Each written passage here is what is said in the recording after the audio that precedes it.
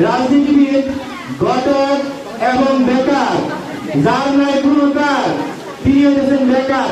তো সবাই আছেন, সবাই তাদের যুক্তি তর্ক দিয়ে তারা তাদের যে পেশা বা তাদের যে কর্ম বা তাদের যে অবস্থান, এই অবস্থানকে ফুটিয়ে তুলবে।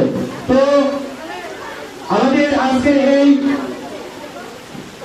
বিতর্কে প্রথম যুক্তি স্থাপন করবেন ডাক্তার। আমরা ডাক্তারের কাছ থেকে তার পেশায় যে সেরা এটা শুনব। সম্মানিত সভাপতি, সম্মানিত বিচারক মন্ডলী এবং আমার চিকিৎসার অপেক্ষায় থাকা প্রতিপক্ষবৃন্দ, আমি ডক্টর জান্নাতুল মুআরাফা।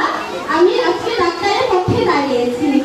তাই আগে আমি একটা অনুরোধ করি, আমার বক্তব্য শুনে যদি কারো প্রেশার হয়ে যায় তখন মঞ্চ ছেড়ে চলে যাবে না। আমি ডাক্তার উপস্থিত আছি।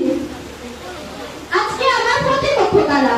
একজন দেশ চালান, একজন দেশ গড়েন, একজন মামলা চালান, আরেকজন বাসা সম্পর্ক চালান, আরেকজন বাসার ফ্যান চালান। রাজনীতিবিদ ভাই বলেন আমি দেশ চালাই। আমি বলি দেশ চালান ঠিক আছে, কিন্তু আপনার সুগার, প্রেসার, কোলেস্ট্রল কে চালান? ডাক্তার। রাজনীতিবিদদের কথা শুনে মনে হয় আগামীকালই দেশ সুইজারল্যান্ড, কিন্তু ডাক্তারের প্রেসক্রিপশন নিলে আগামীকালই জ্বর ভালো হয়ে যায়। পার্থক্য শুধু এখানে।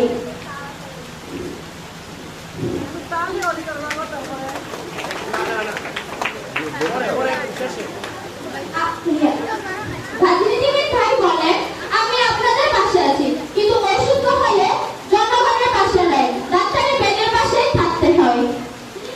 আর আমার রাজনীতিবিদদের পোস্টার নির্বাচনে খুলে ফেলা হয়, আর আমার মতো সুন্দর ডাক্তারদের নাম প্রতিটি রোগীর হৃদয়ে লেখা থাকে। এবার আসি আইনজীবী আপুর কাছে। আইনজীবী ভাই আপুরা পৃথিবীর একমাত্র মানুষ যারা ছোট্ট একটি ঘটনাকে এমন ভাবে বিশ্লেষণ করেন শেষে ঘটনা নিজেই অবাক হয়েছে, আরে আমি তো এটা বলেছিলাম না। আইনজীবী ভাইদের কাছে কোনো ঘটনাই ছোট নয়। একটা বিড়াল মাছ খেয়ে ফেললেও তারা বলতে পারেন এই ঘটনার পিছনে নিশ্চিত গভীর ষড়যন্ত্র আছে। আইনজীবীদের মনের পেজ দেখতে হয় যেটাকে আবিষ্কার করা হয়েছে।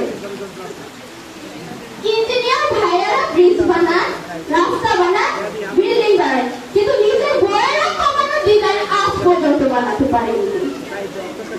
ইঞ্জিনিয়ার